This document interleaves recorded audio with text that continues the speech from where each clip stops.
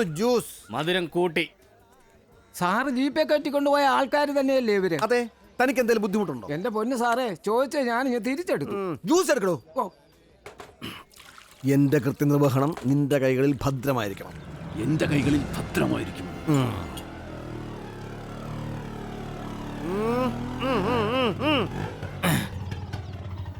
தடையிறது ஆம்புலன்ஸா? பாடியும் கொண்டு போறேன். ആംബുലൻസോ? ஆமா, ബോഡി എവിടെ? பாடி அந்த கேடான லிவரும் கொண்டு போயிட்டே இருக்கு. தடையக்கூடாது சார்.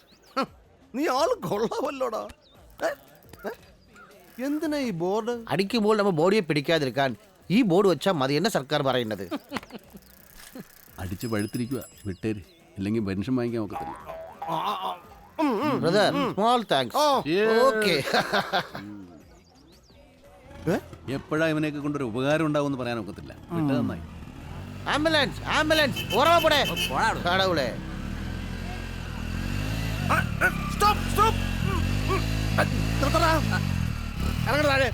ബൈക്കുകൾ മാറ്റി വെക്കടാ. എന്താ സാറിന്റെ പ്രശ്നം? എത്ര പേരെ കയറ്റേണ്ട വണ്ടിയാണത്? അതൊക്കെ ഓടിക്കുന്ന ആളുടെ മിടുക്ക് പോലെ ഇരിക്കും. സാറ് കേസ് ചാർജ് ചെയ്തോ, ഞാൻ കോടതി കണ്ടോളാം. ഒന്ന് മാറി സാറേ, വെറുതെ മനുഷ്യനെ മെനക്കെടുത്ത്.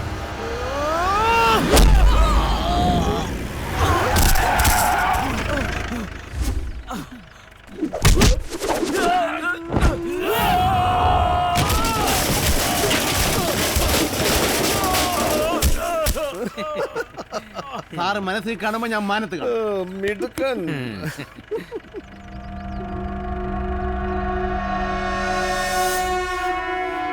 അതാണ് കന്നുകുട്ടൻ.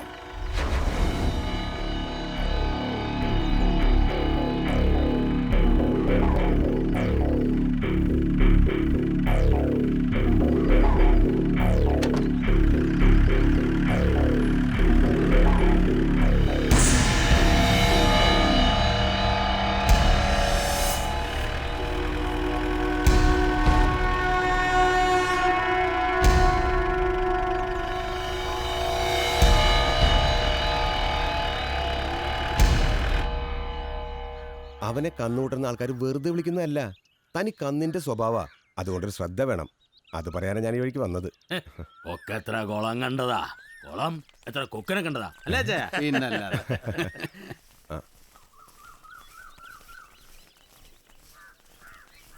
എന്താ സി പി, ആളെയും കൂട്ടി ഇങ്ങോട്ടൊരു പ്രകടനം? അതൊക്കെ പറയാം. ഞാൻ സി പവിത്രൻ, ഈ വാർഡിലെ പഞ്ചായത്ത് മെമ്പറാ 10 വർഷമായിട്ട്. താൻ കാര്യം എന്താ വെച്ചാ പറയടോ. മല്ലിക വിളിക്കേ. നിന്നെ കാണാൻ വേണ്ടിയാ വന്നത്. എന്താ കാര്യം? നാട്ടു നടപ്പില്ലാത്ത കാര്യങ്ങൾ നടക്കുമ്പോൾ അത് അന്വേഷിക്കേണ്ട ഉത്തരവാദിത്തം ഒരു പഞ്ചായത്ത് മെമ്പറായ എനിക്കുണ്ട്. നീ വീട്ടിൽ കയറ്റി താമസിപ്പിച്ചിരിക്കുന്ന യവന്മാരൊക്കെ വല്ല തീവ്രവാദികളോ കൊലപാതകളാണോ എന്നൊക്കെ എനിക്ക് ഈ നാട്ടുകാർക്ക് അറിയണം. വേറെ എന്തൊക്കെ തനിക്ക് അറിയണം? ഇവൻ നിന്നെ കെട്ടിയതാണോ അതോ കെട്ടാതെ തന്നെ കൂടെ?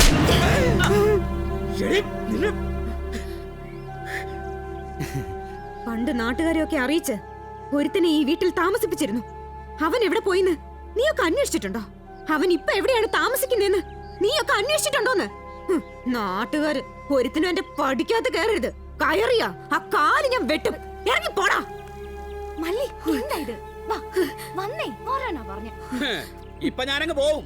പക്ഷെ അറിയേണ്ടതൊക്കെ അറിയാതെയും ഈ നാട്ടുകാരെ അറിയിക്കാതെ ഞാൻ വിടുമെന്ന് കരുതണ്ട. നടക്കടാ. സി പി സാർ ഒന്ന് നിന്നേ. ഇയാള് സർ സി പി ഒന്നുമല്ലല്ലോ ഉത്തരവ് പുറപ്പെടുവിക്കാൻ. അതോ സദാചാര പോലീസോ?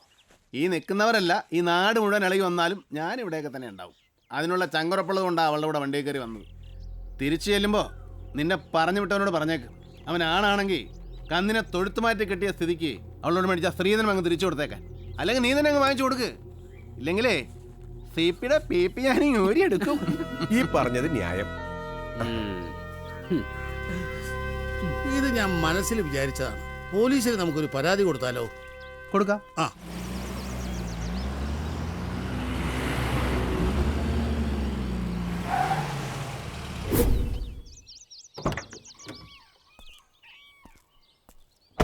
എന്താ സാറേ ഈ വഴിക്കൊക്കെ? നിന്റെയൊക്കെ സ്വഭാവ ഗുണം കൊണ്ട് വന്നല്ലേ പറ്റൂ.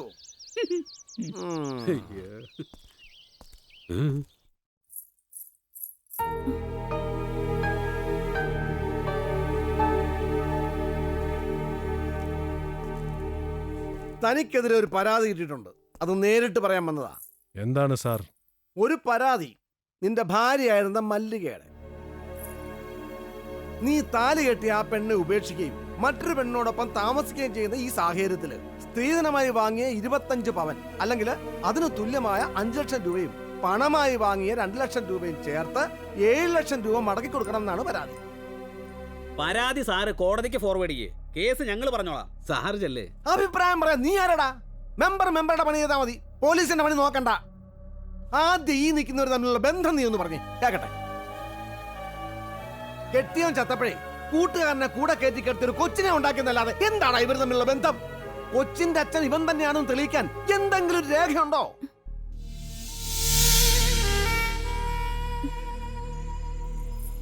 പോകാൻ വരട്ടെ.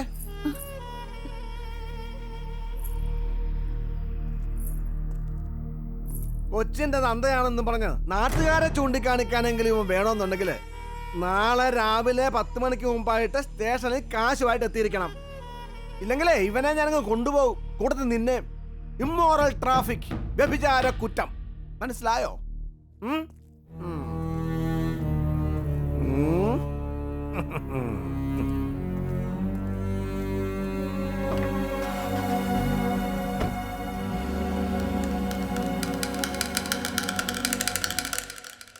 എങ്ങനെയാടാ ഇത്?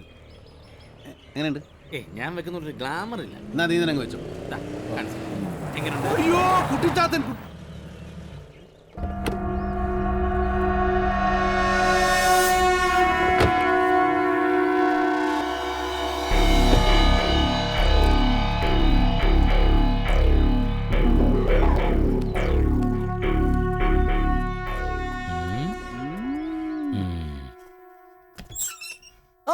എത്തിയല്ലോ. ഇതാണ് കൃത്യനിഷ്ഠ. ഞാൻ വിചാരിച്ച പോലെ അല്ല നീ. വകതിരി ഉള്ളവനാണെന്ന് എനിക്ക് ഇപ്പൊ മനസ്സിലായി. പറഞ്ഞ തുക 7 ലക്ഷം. അങ്ങോട്ട് കൊടുത്തേക്ക്.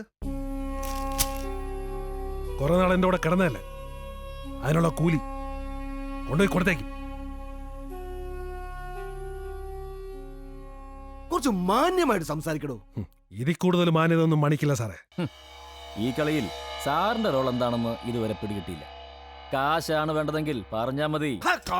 ഇറങ്ങി പോടാ വെളിയില്. ഈ ഉളുത്ത കസേരയും വെളി കാണുന്ന വെളുമ്പം വരുത്തനെ കണ്ടിട്ടാണ് തന്റെ പ്രകടനമെങ്കിലും ഓർത്തോ, ഇത് രണ്ടും എന്നും തന്റെ കൂടെ കാണും. നീ എന്നെ വരട്ടുക. അങ്ങനെയാണ് സാറിന് തോന്നുന്നതെങ്കിൽ മണിയായിട്ട് തിരുത്തുന്നില്ല. വാടാ. കാശ് വന്നതിന്റെ മനപ്രയാസ. അവന്റെ കാശ് എന്തായാലും എനിക്ക് വേണ്ട. എടുത്തോ, ബാക്കി സ്ഥലം വിട്ടിട്ട്. കുറേശ്ശെ മേടിച്ചാൽ കയ്യിൽ നിന്ന് ചിലവായി പോകും. അതൊരു തലമാരിലോട്ട് വെച്ചാൽ എനിക്ക് സംഭവം കഴിയുമ്പോൾ എല്ലാം കൂടെ ഒരുമിച്ച് തന്നാ.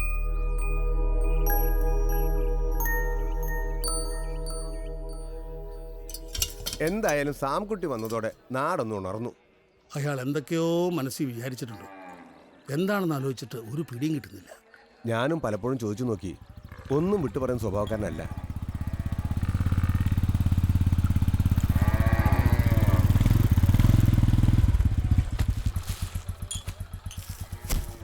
രണ്ടാളും കൂടി എന്ത് ചെയ്യണമെന്നറിയാതെ പരക്കം മഞ്ഞ് നടക്കുക.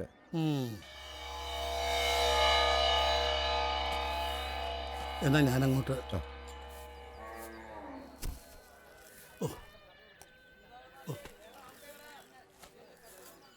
കേശവേട്ടനൊന്ന് നിന്നേ.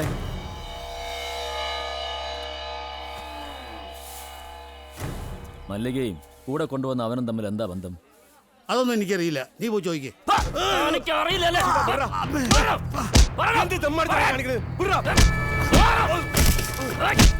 ഞങ്ങൾക്കിട്ട് പണിയാ നീ ആ വർക്കിനോട് നിൽക്കും. അല്ലടാ എന്റെ അറിയില്ലാവട്ടെ, നീ വിട്ടെ.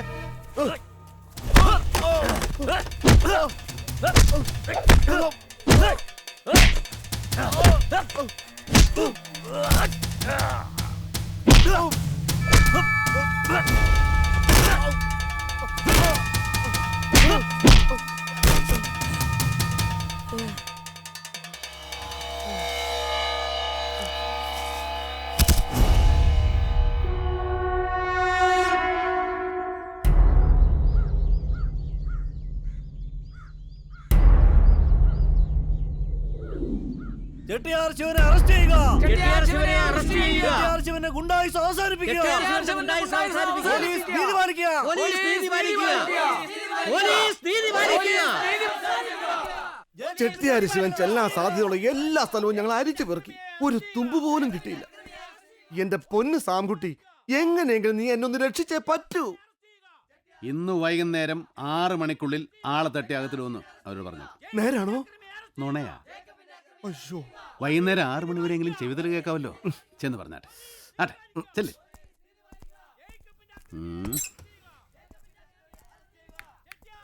എടാ കൊച്ചാപ്പി. ഓ അച്ഛാ വരുന്നു. എന്താ ചേ?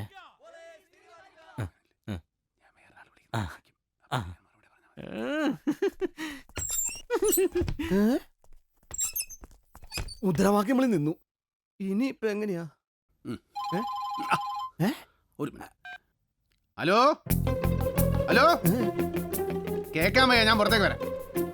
ഹലോ, ഇപ്പൊ കേക്കാം. പറഞ്ഞോ. വടക്കോട്ടുള്ള റോഡ്, അവിടുന്ന് വലത്തോട്ട്. മനസ്സിലായി. ഞങ്ങളിതാ ഇപ്പൊ വരും. തങ്കച്ചൻ അവിടെ തന്നെ കാണണേ. സാറേ ശിവൻ ഇരിക്കുന്ന സ്ഥലം കണ്ടുപിടിച്ചു. നമുക്കിപ്പോ തന്നെ പോവാം. എന്തിനാ അടയ്ക്കുന്നേ? താമസിക്കുന്ന മണ്ടത്തരാ. നമുക്ക് ഉടനെ പോയി അവനെ അറസ്റ്റ് ചെയ്യണം. ഇമ്മീഡിയറ്റ്. ആരെ? ശിവനെ. വിളിച്ചത് ശിവനും പാർവതിയൊന്നുമില്ല, ബാത്റൂമിൽ നിന്ന് കൊച്ചാപ്പിയ. എനിക്കൊന്നും മനസ്സിലാകുന്നില്ലല്ലോ. അതെന്റെ കുഴപ്പമില്ല, സാറിന്റെ ബുദ്ധിയുടെ കുഴപ്പമാണ്. ഇപ്പോ 12:35, 12:40 വരെ കാത്തിരിക്കുക. ഞാൻ കാണിച്ചു തരാം. എന്ത്? അതൊക്കെയുണ്ട്.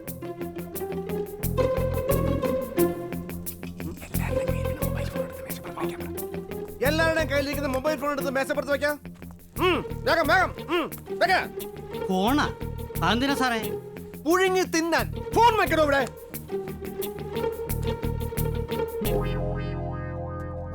ജോൺ സാറേ, ഈ രംഗത്തുള്ള എന്റെ പരിചയം വെച്ച് പറയുവാണെങ്കിൽ, ഓരോ നാട്ടിലെയും റൗഡിക്ക് ആ നാട്ടിലെ പോലീസ് സ്റ്റേഷനിൽ ഒരു ചാരൻ ഉണ്ടാവും. അതുപോലെ ഇവിടെ ഒരു ചാരൻ ഉണ്ടെങ്കിൽ ശിവനിരിക്കുന്ന സ്ഥലം നമ്മൾ കണ്ടുപിടിച്ച കാര്യം ഇപ്പൊ വിളിച്ച് പറഞ്ഞിട്ടുണ്ടാവും.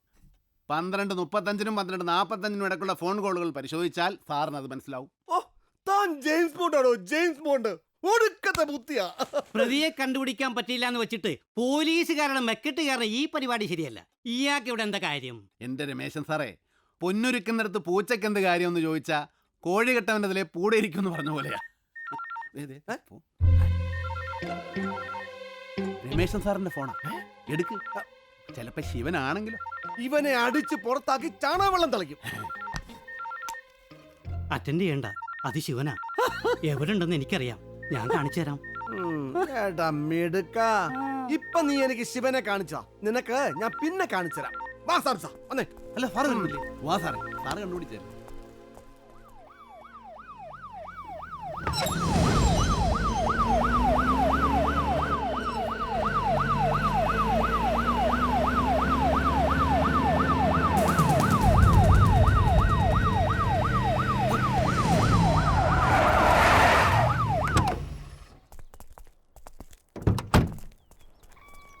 രമേശൻ സാറേ, വാ.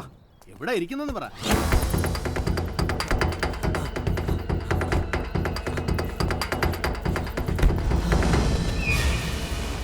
നിൽക്കുന്നു സാറേ. ഹലോ,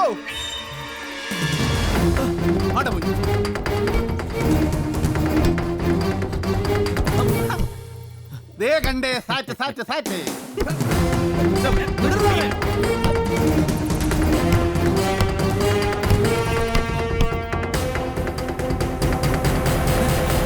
സാറ്റ് പറഞ്ഞാ പിന്നെ ഓർഡർ ഞാൻ വിടത്തില്ല.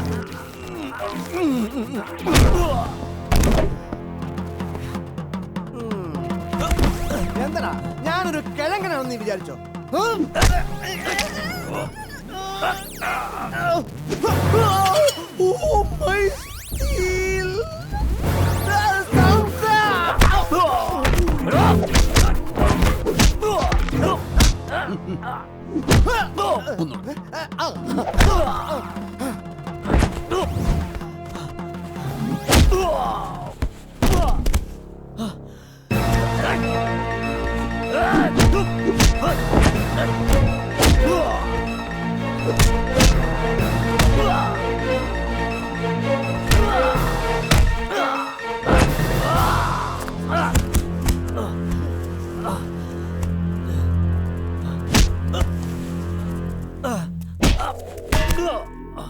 നിനക്ക് എന്തൊക്കെ അറിയണം? ഞാൻ ആരാണെന്നറിയണം, എൻ്റെ ഉദ്ദേശം എന്താണെന്നറിയണം, ഒക്കെ ഞാൻ പറഞ്ഞുതരാടാ. നിന്റെ മുതലാളിയില്ലേ കന്നുകൂട്ടൻ, നല്ല വിലയ്ക്ക് വാക്ക് പറഞ്ഞുറപ്പിച്ച് ഞാൻ വെട്ടാൻ നിർത്തിയിരിക്കുന്ന മാടാവൻ, അറവ് മാട്. ഇപ്പം മനസ്സിലായില്ലേ ഞാൻ പേശകാണെന്ന്? സാറേ, ഇനി സാറായ സാറിൻ്റെ പാടായി. നീ ഇനി പുറത്തിറങ്ങണോന്ന് ഞാൻ തീരുമാനിച്ചു.